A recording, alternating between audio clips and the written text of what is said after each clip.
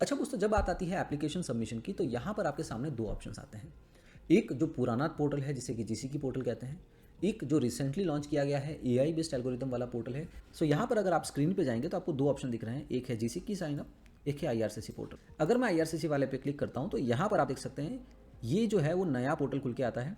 यहाँ पर आप साइन अप कर सकते हैं या इनवाइट कोड के जरिए, इनवाइट कोड सिंपली आपको क्लिक करना है, अपनी ईमेल आईडी डालनी है, अपना लॉगिन बना करके आप इस पोर्टल से भी अप्लाई कर सकते हैं। मुझे ज़्यादा कॉन्फिडेंस रहता है जीसीकी वाले पे, क्योंकि एआई वाले में कैसा है कि उनकी अपनी एक एल्गोरिदम है, तो जहाँ पर जब आप अप्लाई करना शुरू करेंगे तो हो सकता है वहाँ से उनका एक क्यूमुलेटिव रिजल्ट फॉर्मेट भी बन के सामने आ जाता हो। सो मैंने इसे ट्राई नहीं किया, मेरा जीसीकी पे अपना एक्सपीरियंस है, मैं उस पर ज़्यादा कॉन्फिडेंट हूँ, तो मैं आपको ये जो डेमो भी देने वाला हूँ ये जीसीकी पे ही देने वाला हूँ। अगर हम बात करें एप्लीकेशन प्रोसेस की या डॉक्यूमेंट रिक्वायरमेंटों की, तो वो सेम ही रहने वाला है, चाहे आप नए पोर्टल से अप्लाई करें या जीसीकी से। मेरा अपना रिसेंट एक्सपीरियंस जीसीकी के थ्रू अप्लाई करने का है, तो मैं आपको उसी का एक वॉक थ्रू दिखा देता हूँ। तो सिंपली हम पिछले पेज पे जाते हैं और यहाँ पे क्लिक करते हैं आईआरसीसी जीसीकी वाले पे। तो यहाँ पर आप देख सकते हैं आपके सामने एक ऑप्शन आ जाता है जीसीकी यूजर नेम पासवर्ड से साइन अप करने का। अब यहाँ पर आप अपना अकाउंट रजिस्टर कर सकते हैं। रजिस्टर करना बिल्कुल सिंपल प्रोसेस है। आप इस पर क्लिक करके अपना ईमेल आईडी डाल के ओटीपी डाल करके सिक्योरिटी कोड आपको असाइन करने होंगे और वहाँ से आपका एक्सेस बन के तैयार हो जाता है। मैंने अपनी आईडी ऑलरेडी बना रखी है, तो मैं आपको सीधा ले चलता हूँ जीसीकी यूजर नेम पासवर्ड की तरफ। यहाँ पे आपको अपना डिटेल सबमिट करना होता है। सो ये मैं आ चुका हूँ अपने लॉगिन पर। प्रोसेस बिल्कुल सिंपल था। अपना यूजर नेम पासवर्ड डालिए, ओटीपी डालिए और साथ ही साथ जो सिक्योरिटी क्वेश्चन आपने असाइन किया उसका आंसर डालिए और फिर सीधा ये आपको ले आता है डैशबोर्ड पे। अब डैशबोर्ड पे आने के बाद सबसे पहला स्टेप मेरा रहता है वो सीधा नीचे की तरफ स्क्रॉल करूंगा और क्लिक करूंगा apply to come to Canada. अब यहाँ पर आपसे पूछ रहा है please enter your personal reference code to begin your application. अगर आपने पहले कभी एप्लीकेशन सबमिट करी है तो आपके पास ये कोड होता है। अगर आप फ्रेश एप्लीकेंट है तो आपके पास ये कोड नहीं होगा। उस केस में मुझे नीचे जाना है और क्लिक करना है विजिटर वीज़ा पे। सो यहाँ पर जैसे ही मैंने विजिट वीज़ा पे क्लिक किया, आप देख सकते हैं मेरे पास में एक क्वेश्चन आ रही है, find out if you are eligible to apply. मैं सिंपली यहाँ पे आंसर फिट कर लूँगा, what would you like to do in Canada. Simple, यहाँ पर ऑप्शन होगा मेरा विजिट। दूसरा, how long you are planning to stay in Canada, less than 6 month. Select the code that matches the one on your passport. So in case यहाँ पर India, so आप IND select कर लेंगे। What is your current country territory of residence, so India. उसके बाद do you have a family member who is Canadian citizen और ए permanent resident. अगर आपके हैं तो यहाँ पे यस कीजिए, मेरे केस में नहीं तो मैंने नो सेलेक्ट किया। अब आता है आपकी डेट ऑफ बर्थ। अच्छा दोस्तों, यहाँ पर मैं आपको एक इंपॉर्टेंट बात बताना भूल गया था। यहाँ पर आप अपनी आईडी से भी अपने फादर मदर के लिए अप्लाई कर सकते हैं या फिर फादर की आईडी से भी अप्लाई कर सकते हैं और अपने आप को रिप्रेजेंटेटिव असाइन कर सकते हैं।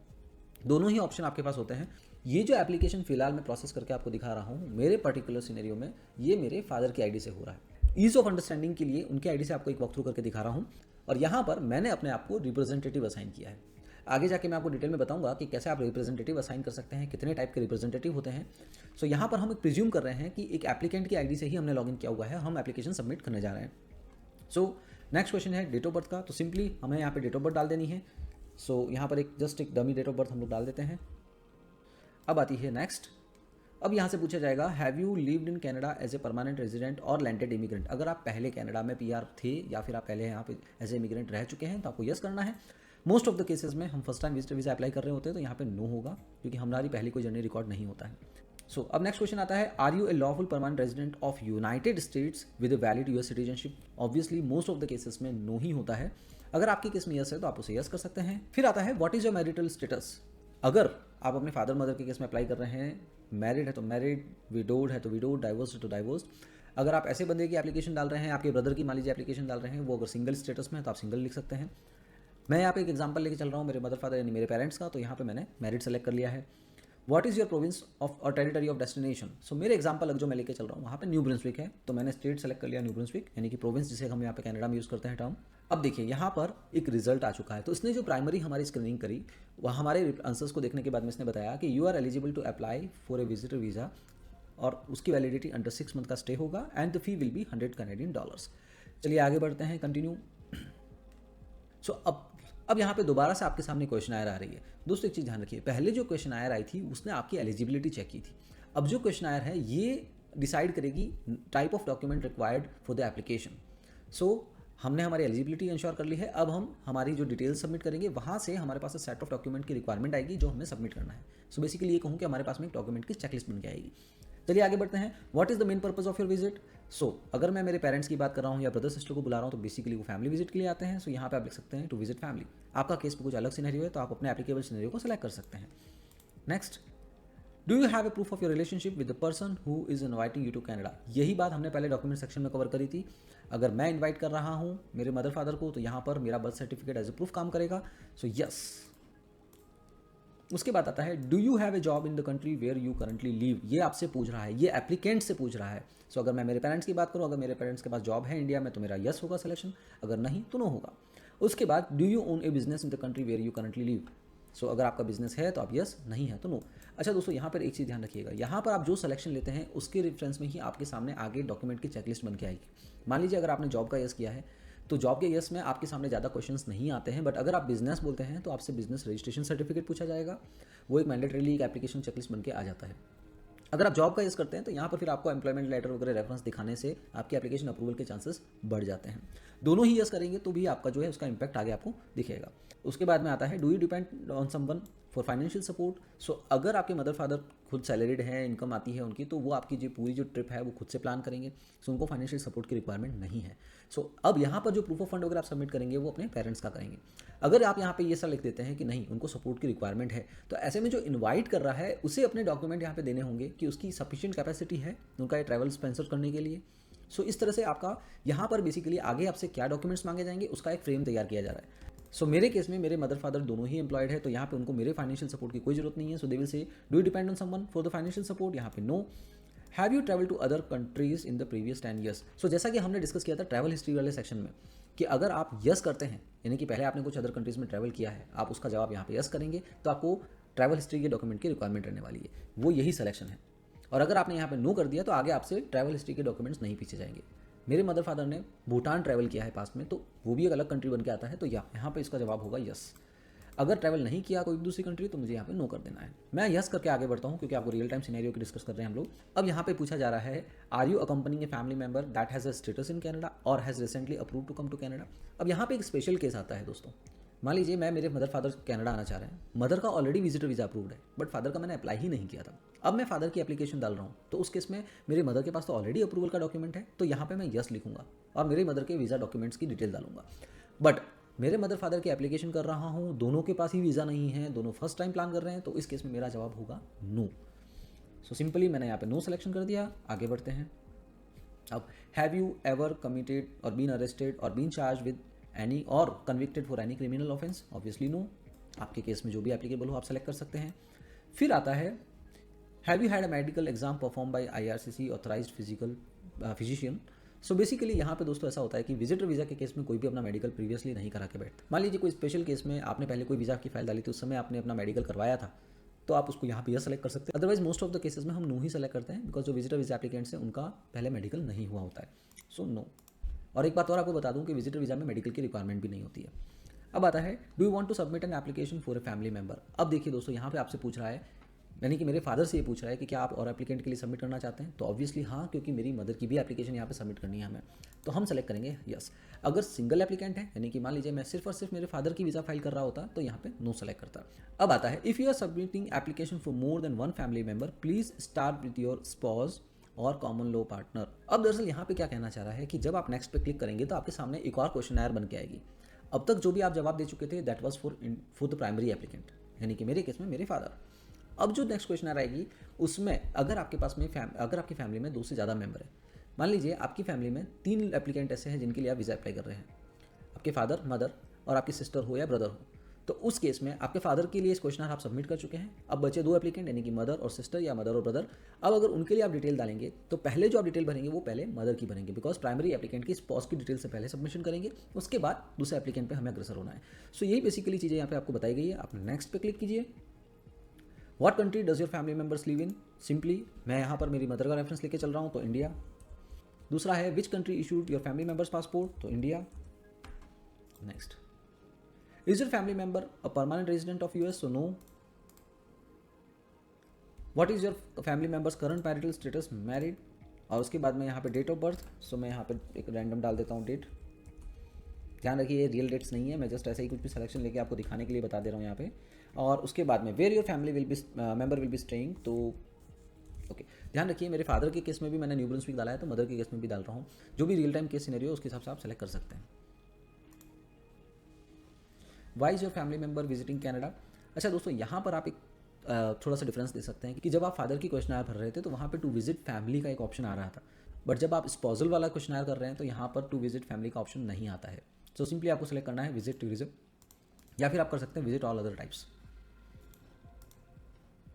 उसके बाद में does your family member want to apply for a parent और grandparent super visa. So अगर आपका प्लान है कि जब आपके मम्मी पापा यहाँ पे आ जाए, मीनवाइल आप उनकी सुपर वीज़ा एप्लीकेशन भी फाइल कर दें, या आपका फ्यूचर प्लानिंग है तो आप उसके हिसाब से यस कर सकते हैं, अदरवाइज यहाँ पे नो कर सकते हैं। ये आपके individual case to case depend करेगा। उसके बाद आता है has your family member ever committed और बीन अरेस्टेड फॉर क्राइम वाला पार्ट है।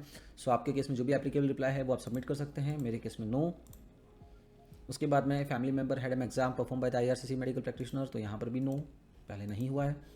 उसके बाद in past 10 years has your family member given their fingerprint and photo for an application to come to Canada. तो यहाँ पे एक इंपॉर्टेंट बात बन के आती है दोस्तों, मान लीजिए आपने अपने पेरेंट्स का वीज़ा पहले सबमिट किया, उस समय उनका बायोमेट्रिक करवा दिया, हो सकता है रिफ्यूजल आया हो या फिर वो वीज़ा एक्सपायर हो चुका हो या कोई अदर कैटेगरी में कराया हो, बट आपने बायोमेट्रिक दिया था और आपके पास बायोमेट्रिक का कंफर्मेशन डिटेल्स है, तो यहाँ पर आप यस सेलेक्ट करके दोबारा से बायोमेट्रिक फ़ी पे करने से बच सकते हैं। दोबारा से आपको बायोमेट्रिक सेंटर जाने की जरूरत नहीं है, पुरानी डिटेल से ही आपका बायोमेट्रिक फैच कर लिया जाएगा। सो अगर आपने दिया है बायोमेट्रिक तो यस कीजिए, अगर नहीं तो नो। मेरे केस में नहीं दिया है तो नो। अब आपसे पूछ रहा है कि जो फ़ी पेमेंट होगा वो कौन करने वाला है, तो basically the fee associated with your family members applications will you be paying. अब ये क्वेश्चन कर रहा है प्राइमरी एप्लीकेंट से, क्या आप पे करने वाले हो, तो मेरे केस में यस, क्योंकि मेरे फादर ही सारी फी पे करने वाले हैं। Do you want to submit an application for another family member. अब यहाँ पर प्राइमरी एप्लीकेंट की क्वेश्चन फिनिश हो चुकी है, स्पाउस की फिनिश हो चुकी है। अब अगर कोई ब्रदर सिस्टर या कोई भी बंदा है साथ में उनके डालना चाहते हैं तो यस, नहीं तो यहाँ पर सिंपली नो कर दीजिए। मेरे केस में मैं सिर्फ 2 एप्लीकेंट ही कंसिडर करके चल रहा हूँ, तो नो एंड कंटिन्यू। अब are you giving someone access to your application. So मेरे केस में मैं फर्स्ट ऑप्शन सेलेक्ट करता हूँ, yes I will be appointing representative to apply on my behalf. अब वो रिप्रेजेंटेटिव 2 टाइप के होते हैं, एक होता है पेड रिप्रेजेंटेटिव जिसमें हम IRCC लॉयर को पैसा देते हैं हमारी फाइल सबमिट करने के लिए, जिसे हम कंसल्टेंट बोलते हैं सिंपल टर्म में। दूसरा होता है अनपेड रिप्रेजेंटेटिव।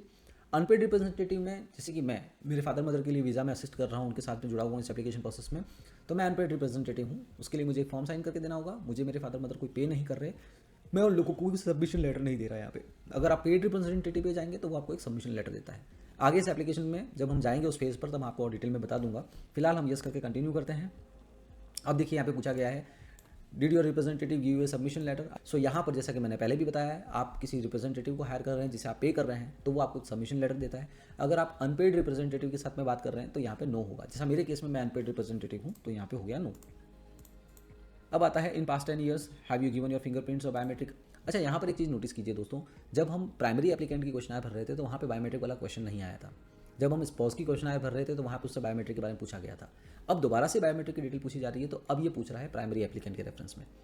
तो प्राइमरी एप्लीकेंट ने क्या पहले कभी बायोमेट्रिक दिया है, यस तो यस, नो तो नो, सबमिट। उसके बाद में ये आपसे भी पूछ रहा है कि जो फ़ी वगैरह है वो कौन भरने वाला है।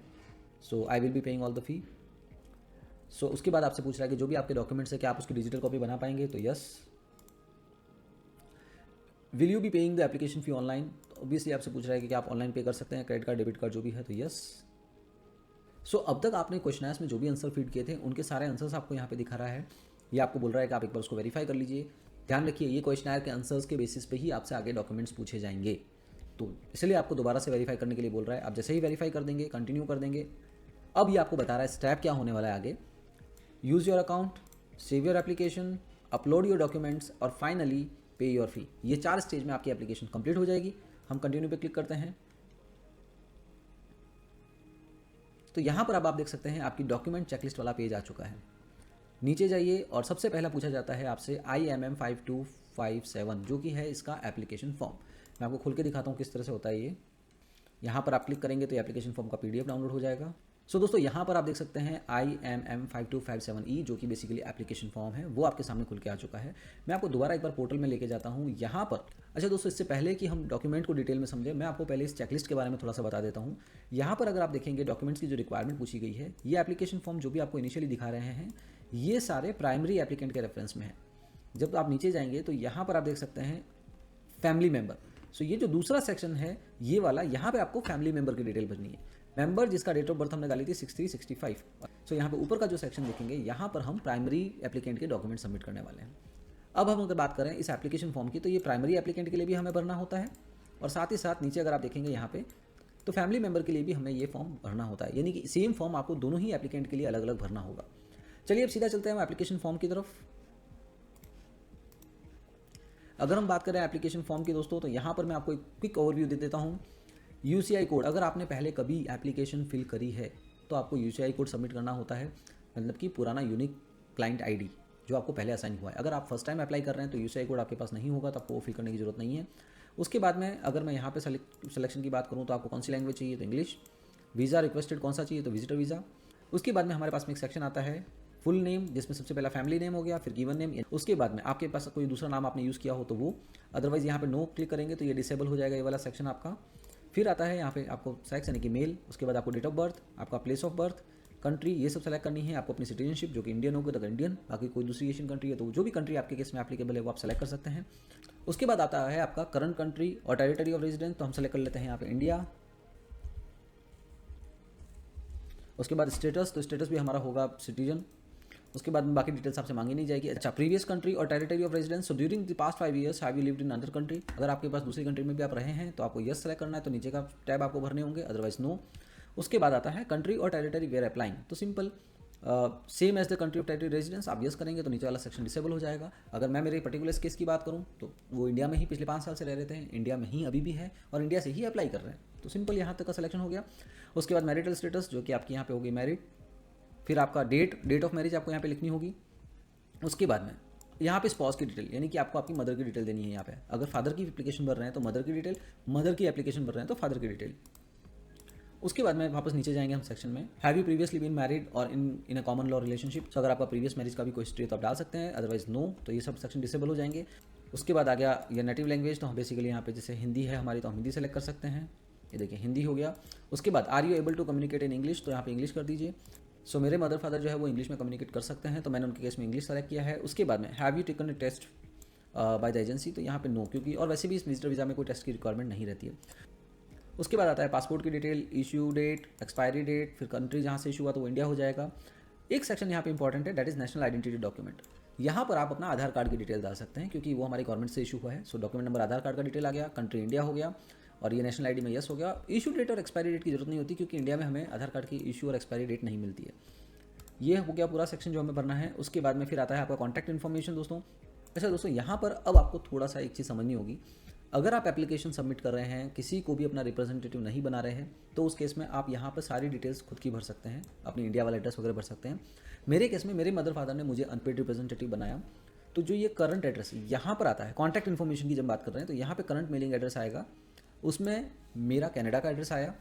रेजिडेंशियल एड्रेस जो आएगा उसमें इंडिया वाला एड्रेस आएगा, और जो ईमेल आईडी है वो मैंने मेरी लिखी है, because I am an unpaid representative in this case.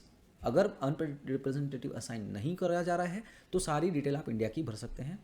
अगर कर रहे हैं तो उस केस में मैंने आपको जैसा कि बताया कि यहाँ पे कैनेडियन डिटेल आएगी, यहाँ पे इंडियन डिटेल आएगी, और यहाँ पर मेरा ईमेल आईडी, मतलब कि मैं सन हूँ तो सन का डिटेल आएगा यहाँ पर। उसके बाद आता है पर्पस ऑफ विजिट, तो उसमें फैमिली विजिट हो गया।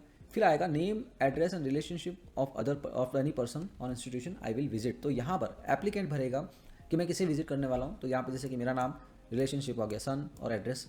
अब आप चाहें तो मान लीजिए जैसे कि मैं मैरिड हूँ तो मेरी वाइफ का नाम भी यहाँ पे डाल सकते हैं नीचे वाले सेक्शन में। अगर आपको कन्वीनियंट है डालना है तो डालें, नहीं डालें तो भी उसका कोई ज़्यादा इंपैक्ट आता नहीं है, बिकॉज मैं एज ए इंडिविजुअल इन्वाइट कर रहा हूँ अगर मेरे फादर को, तो यहाँ पर मेरी डिटेल से काम चल जाएगा। अब बात आती है दोस्तों, नीचे जाएंगे हम लोग। उसके बाद आता है मेजर सेक्शन जो आपका है एजुकेशन। तो यहाँ पर चूँकि अभी अब मैं मेरा जो है प्राइमरी एप्लीकेंट यानी कि मेरे फादर की डिटेल्स भर रहा हूँ, तो उनकी हाईएस्ट जो एजुकेशन डिटेल्स है वो भरूंगा। जैसे कि वो पोस्ट ग्रेजुएट है तो पोस्ट ग्रेजुएट की डिटेल मैं भरूंगा यहाँ पर। और उसके बाद जैसा कि मैंने आपको बताया था कि एम्प्लॉयमेंट डिटेल, तो यहाँ पर 3 सेक्शन है आपके सामने। तो इन 3 एंट्री फील्ड्स में लास्ट रिसेंट 3 जो आपकी एम्प्लॉयमेंट डिटेल्स है वो आपको सबमिट करनी है। फिर नीचे जाएंगे तो बैकग्राउंड इन्फॉर्मेशन वाला सेक्शन आता है, जहाँ पर आपके केस में जो भी एप्लीकेबल रिप्लाइज है वो आपको यहाँ पे फीड करने होते हैं, यस नो जो भी आपके केस में एप्लीकेबल है। तो इस तरह से इन सभी क्वेश्चंस के रिप्लाई कर देने के बाद में फिर नीचे एक सेक्शन आता है। अब यहाँ पे आपसे पूछा जा रहा है, do you consent to be contacted by CIC। So अगर आप उनको कंसेंट देना चाहते हैं तो आप यस कर सकते हैं, अदरवाइज आप नो कर सकते हैं। मेरे केस में मैंने यस किया था।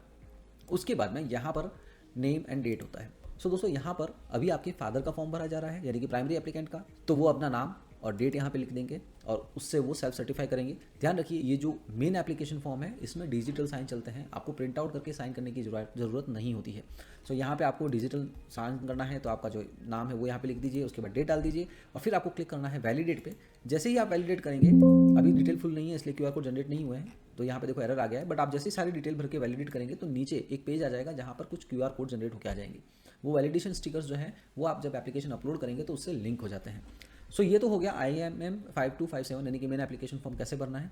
सो जैसे हमने फादर के केस में भरा यानी कि प्राइम एप्लीकेंट के केस में भरा, उसी तरह से आपको अपनी मदर के केस में यानी कि सेकेंडरी एप्लीकेंट के केस में भी भरना होगा सेम फॉर्म। तो जैसे ही आप अपना फॉर्म भर देंगे, उसे वैलिडेट कर देंगे, उसके बाद उस PDF को सेव कर लीजिए और सेव करने के बाद में आपको अपलोड फाइल पे क्लिक करके उसे अपलोड कर देना है। अब आता है सेकंड डॉक्यूमेंट सेक्शन की तरफ आगे बढ़ते हैं। सो जैसा कि मैंने आपको बताया था कि क्वेश्चनर में हमने पहले प्रीवियस आपने कोई दूसरी कंट्री में ट्रैवल किया है और हमने यस किया था, इसलिए ट्रैवल हिस्ट्री पूछ रहा है। और ट्रैवल हिस्ट्री में जैसे आपको मैंने बताया था, आप टिकट्स है, वीज़ा की कॉपी हो गई, और मेरे केस में जो पासपोर्ट में जो स्टैंपिंग वाले पेजेस थे वो स्कैन करके उसका एक PDF बना के मैंने यहाँ पे अपलोड कर दिया था। फिर आता है पासपोर्ट, तो ये तो सिंपल फर्स्ट और लास्ट पेज है, उसको स्कैन करके डाल देना है। इन्विटेशन लेटर हम ऑलरेडी डिस्कस कर चुके हैं। अच्छा दोस्तों, अब यहाँ पे एक सेक्शन आता है हमारे पास में, use of a family member representative form और यूज़ ऑफ रिप्रेजेंटेटिव फॉर्म। ये दो सेक्शन आपके लिए थोड़े से कंफ्यूजिंग हो सकते हैं, तो इसे हम थोड़ा यहाँ पे डिटेल में समझेंगे। Use of a family member representative for online application. So यहाँ बेसिकली क्या हो रहा है, ये जो फॉर्म है ये फॉर्म साइन करती है secondary applicant to authorize the primary applicant कि मेरे बिहाफ में प्राइमरी एप्लीकेंट इस फॉर्म को, इस फाइल को सबमिट कर रहा है।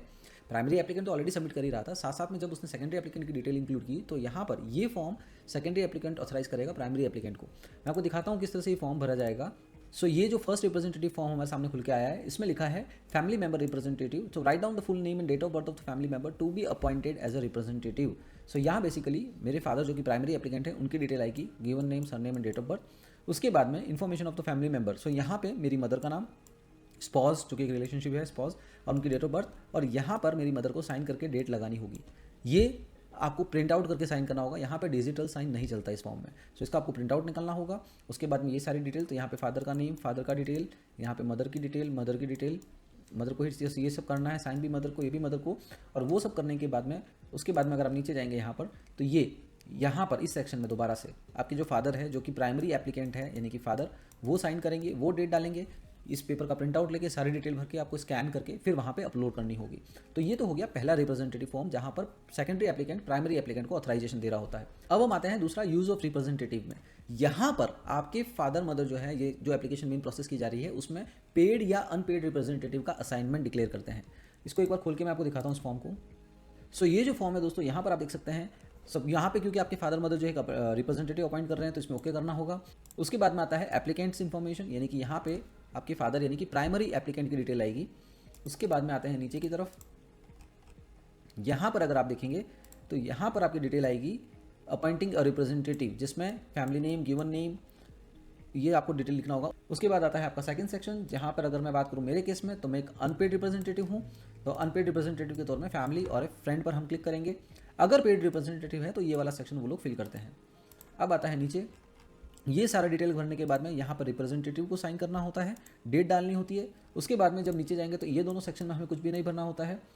फिर हम सीधे जाएंगे नीचे की तरफ और सबसे लास्ट वाला जो सेक्शन है यहाँ पर, यानी कि इस वाले पेज पे आपके फादर को साइन यानी कि primary applicant sign and date, यहाँ पर सेकेंडरी एप्लीकेंट साइन और डेट लगाएगा।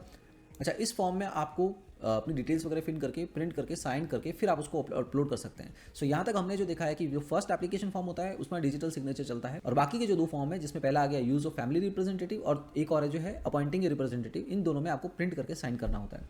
सो अब हम दोबारा हमारे एप्लीकेशन की तरफ चलते हैं दोस्तों। तो अब तक हमने ये सब सेक्शन कवर कर लिया है। फिर आता है proof of means of financial support, तो हमने पहले भी डिस्कस किया था, लास्ट 6 मंथ का बैंक स्टेटमेंट, पे स्टब।